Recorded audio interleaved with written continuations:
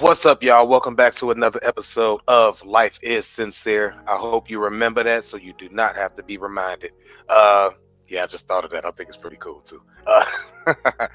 Let's see. Let's get right into it. First things first, we're gonna talk about this Jess Hilarious and the Breakfast Club thing. First off, I'm already skeptical it might be a publicity stunt. Breakfast Club play too much. They lie all the time and they be doing stuff to get the ratings up and boost it. But this one do seem a little bit more realistic because if not, then they some great actors up there. Because today when Jess went back to the job, if y'all don't know, That's why I picked her to fill in for me for maternity leave. No, I didn't like her when I came back because I'm like, all right, what's going on? She knew it. We had a conversation because the anger was misplaced. Nah, it ain't even you that I don't like. I'm realizing this is the way these niggas doing it up here that I don't like. Okay, got it.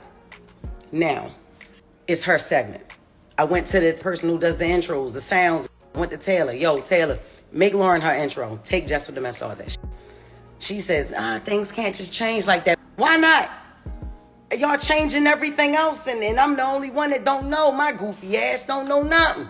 Jess with the Mess is not at Breakfast Club. I'm Jess Hilarious up here. I'm Jessica Moore up here. Jess with the Mess is not being done. I'm not gonna compete where I already won this competition.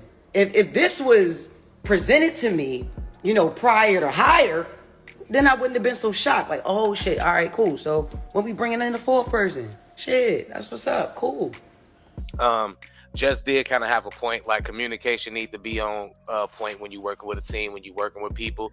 If we talk about going in a direction and then that direction change, everybody should have a new discussion so we can discuss the new direction. So I do feel her frustrations there, but she definitely could have did that a little bit better and handled it easier because none of us is even supposed to be knowing none of this stuff right now. Like, so the way that might play out when her contract is done, yeah, we understand it. We know, brother and sister, especially black people, we can talk, we can fight, we can then talk it out. Rather, hold on. We can fight, we can argue, and then we can talk it out after and probably get back to it and be good. And hopefully, the people that's not like us that really control what's going on over there, hopefully they understand that too and they let them rock out because they might hold a grudge or feel a way about some of the things that was being said. So that's how I'm gonna leave that there as far as the professionalism go. The thing, you let the internet dictate what's going on. We've had conversations, and this is the thing, this is why I thought it was corny, and it's just me personally. I thought it was corny because we have conversations up here. We just have a meeting. If you had an issue, a problem, a situation, or something that you felt, why you ain't bring it to the team? When you came back, Jess, I pulled you to the side. I said, Jess, if you feel uncomfortable, if you don't want Lauren in the room, this is your show. We can make that the change whenever you want. Did I not say that to you? Yeah, you did. It's not about wanting her in the room, yo. It's about the segment. Like it was like y'all have that conversation y'all wanted off her. air. If you had a problem, say it I've to us. We had a meeting conversations yesterday. off air. What not is we like talking that. about? Not like nobody having my back because we have your back. As far as the Corey Holcomb thing, y'all been beefing for 11 I'm years. not worrying about it's not even about you worried about comments and you worried about what people say. F them. The comments, perception man. and my reputation to be on the show. They've been itching on me for 15 years. They've been itching on Deserve- Charlamagne for rightfully 15 so. But years. that's on you. Rightfully And the so. things that I people don't itch care. on me It for doesn't- is on I me. Charlamagne and Envy kept harping on you can't let the comments get to you. Don't let the comments get to you. You got to ignore that or whatever and blah blah blah and all of that. And that's cool and that's understood. But they got to understand they in a different age demographic, so they grew up a different way. Jess came up on the internet. She came up with the internet. That means people liked her, people rocked with her. That means in the comments is where she gained her popularity. Her not, I don't want to say identity because she's much more than what she presents to us, but her entertainment identity, that's where she was birthed at, on the internet. So it's hard to tell her to just ignore the comments and the way that people saying, the things that people saying and the way people feeling, especially if she shares some of these same sentiments. So you got to take that into account too. You can be right when you say ignore the comments. You got to ignore the comments, all of that. All right, I feel you, and you might be right. But if that's your sister and your fam and y'all the team, you got to take into account how she may feel too. Because while you saying ignore the comments, you never needed the comments through your come up. But if she needed the comments through her come up and now she feeling the way because they not on her side, that's not saying that she ain't never been through this before. That's not saying that she can't handle it. But for the team, if all she needs you to do, and I get it, y'all saying it on the radio and that's cool. But if all she need from y'all is just to go online and say, hey, this ain't that, y'all got to stop tripping, that's not true, once or twice, y'all gotta give her that too. Y'all gotta give her that. Y'all gotta meet her halfway. You don't just get to come in and say, because it is a little bit more than just saying ignore the comments. That's affecting how she feels. That's her emotions. And for somebody who really champions mental health, it's kind of dismissive to just say, just ignore the comments, just ignore that, don't let that get to you. People in that age group grew up, and people especially coming up on the internet, they just grew up and they have a different relationship and attachment with the internet and the comments. It might be easier for us as older people to just ignore that stuff or ignore the bad stuff and not let it get to us. It might be a little harder for them, and you have to just keep that in mind and be conscious of that everybody doesn't have the same thought process as you. So when you're working with a team, you do have to cater to their thought process, their feelings, their emotions, and the way that they go through things and the way that they handle things too. You can't just tell them to handle it how you handle it. And I just thought that was a way bigger, that was a big point to make that I didn't really see a lot of people making through this whole Jess versus Breakfast Club thing.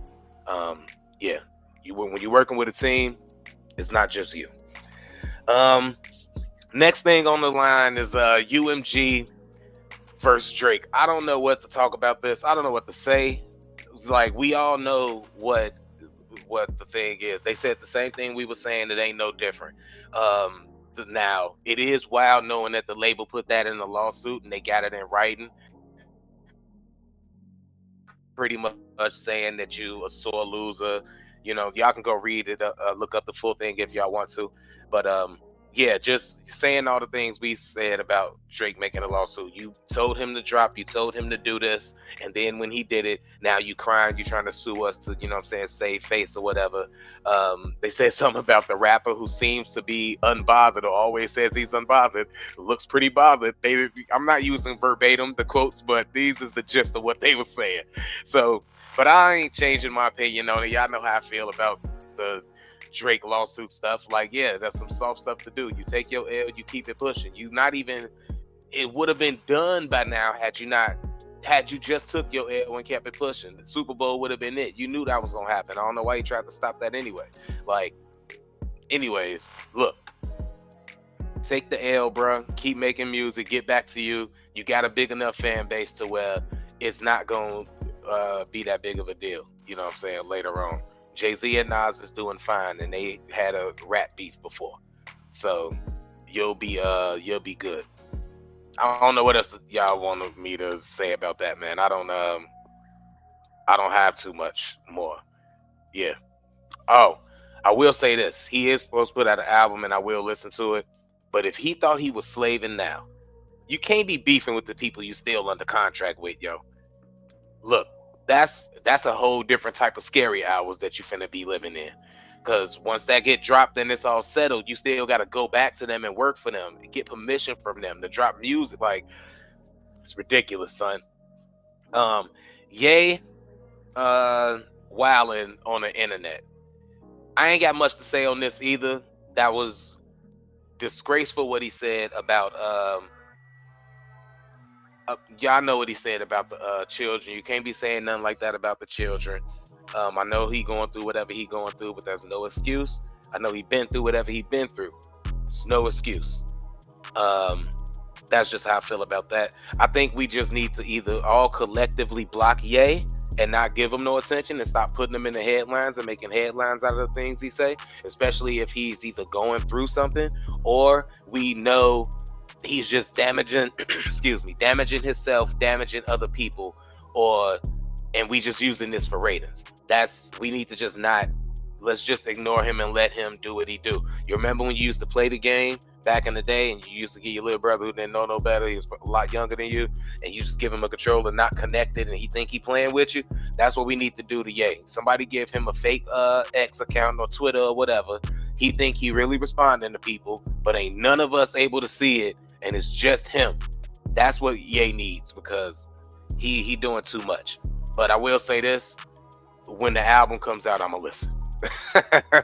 I mean, I'm still gonna listen to the music. It's Kanye. Separate the man from the artist. That's what they always say, right? Or the man from the art, rather. Yeah. Lastly, and then I'm gonna get out of here, and it look like I'm gonna be close to my 10 minutes too. Snowfall Spinoff. I seen that. Everybody kind of excited. They want to hear Leon and Tanya's story and all that. Not me. Leave that, yo. I don't want no Snowfall spinoff. I'm still hurt off of Franklin, okay? I'm still hurt off of Franklin Saint. So don't do nothing with Snowfall, because I'm still grieving, yo. And I don't want to be reminded. And then what you gonna do is you gonna put Frank in the spinoff, ain't you? You gonna have them going by with Frank being like a junkie or whatever. Oh my, a drunk. Oh no, man. I can't have that. I don't want to see it. I don't want it to be shown to me. And then what you gonna do to Leon? What you gonna do to Leon now? Nah, man. Keep that Snowfall spinoff to yourself. Let the show end how it ended, and let me grieve how I need to be grieving over the ending of such an incredible show. If you ain't never seen Snowfall, I'm jealous of you. If you ain't never seen The Wire, I'm jealous, because you get to experience that fresh, all new. Anyways, man, it's been another episode of Life is Sincere. Remember that it is, so you do not have to be reminded. I've been Since the Life, Craig Smith. Shout out to Great and Scale Reacts, and shout out to y'all for checking this out. I'll let y'all next week.